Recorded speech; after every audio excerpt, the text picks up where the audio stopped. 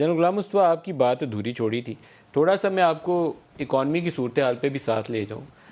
फ़ौज का बराह रास्त एग्जेक्टिव के मामला से ताल्लुक़ नहीं होना चाहिए as a matter of principle, लेकिन पाकिस्तान में पिछले कुछ अरसे से जिस तरीके से हुकूमत चली, सेम पेज की बातें की गई। आर्मी चीफ को नेशनल डेवलपमेंट कमेटी का रुकन बनाया था पाकिस्तान तहरीक इंसाफ ने, जनरल बाजवा को बाकायदा रुकन बनाया था। तो जब रुपए पे इस कदर रन हो, जैसे आपको अभी नज़र आ रहा है कि 179 से इनको हुकूमत मिली थी, फिर ये 181 पे ले गए, अब 225 पे है, तो 20 और 20 40 और 45 रुपए का फ़र्क पड़ चुका है। तो इसके ऊपर वहाँ परेशानी नहीं होती कि ये पाकिस्तान को तो डूब जाएगा अगर हमने एक्ट ना किया, इंटरवीन करना पड़ेगा। जी, परेशानी तो बेइंतहा होगी। जनरल बाजवा इससे पहले भी अगर आपको याद हो, कराची में एक सेमिनार था, वहाँ पे बड़ा वाज़ेह वो कर चुके थे कि जब तक आपकी इकोनॉमी स्ट्रॉन्ग नहीं है, बेहतर नहीं है, economy is your security. National security is about economy. अगर आपकी इकोनॉमी बेहतर होगी, प्रोग्रेसिव होगी, तो जितना मुल्क खुशहाल होगा, एक तो लोग सिक्योर फील करेंगे, दूसरा आपके फ़ौज को भी आप अपना खर्च कर सकते हैं उनके ऊपर। जिन हालात में है इस वक़्त, जिस तरीके से जो फ़ौज का बजट है आर्म्ड फोर्सेस का, अगर तो आप सर, इसको इस बजट मैं पे आपसे रखेंगे समझना तो चाहता हूँ, क्योंकि ये एग्जेक्टिव की डोमेन है ना, ये शहबाज शरीफ की हुकूमत है, उसकी डोमेन है। लेकिन अब रुपए के ऊपर रन है इस वक्त बाकायदा, इससे कम मैं उसके लफ्ज़ नहीं बोलूँगा क्योंकि बहुत क्राइसिस है, सीरियस किस्म का क्राइसिस है।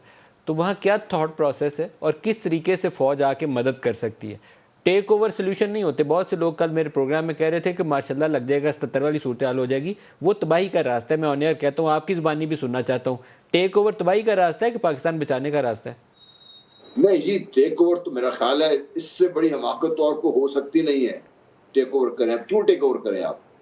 जब आप मौजूद हैं और आपके जो सियासी लीडरशिप है, वो आपसे बात करके इतना ज़्यादा परेशान नहीं है और आप अवाम को समझा सकते हैं कि भई हमारी फ़ौज भी हमारी है, इसकी लीडरशिप भी हमारी है, अगर ये हमारे साथ मदद करने को आए हैं, इससे पहले भी तो फ़ौज मदद करती रही है। चाहे शहबाज शरीफ साहब जो चीफ मिनिस्टर पंजाब में थे, तो कितना दफ़ा फ़ौज आई मदद करने के लिए, चाहे वापडा का था, उससे पहले देख लीजिए, चाहे वो स्कूल्स का था सारा।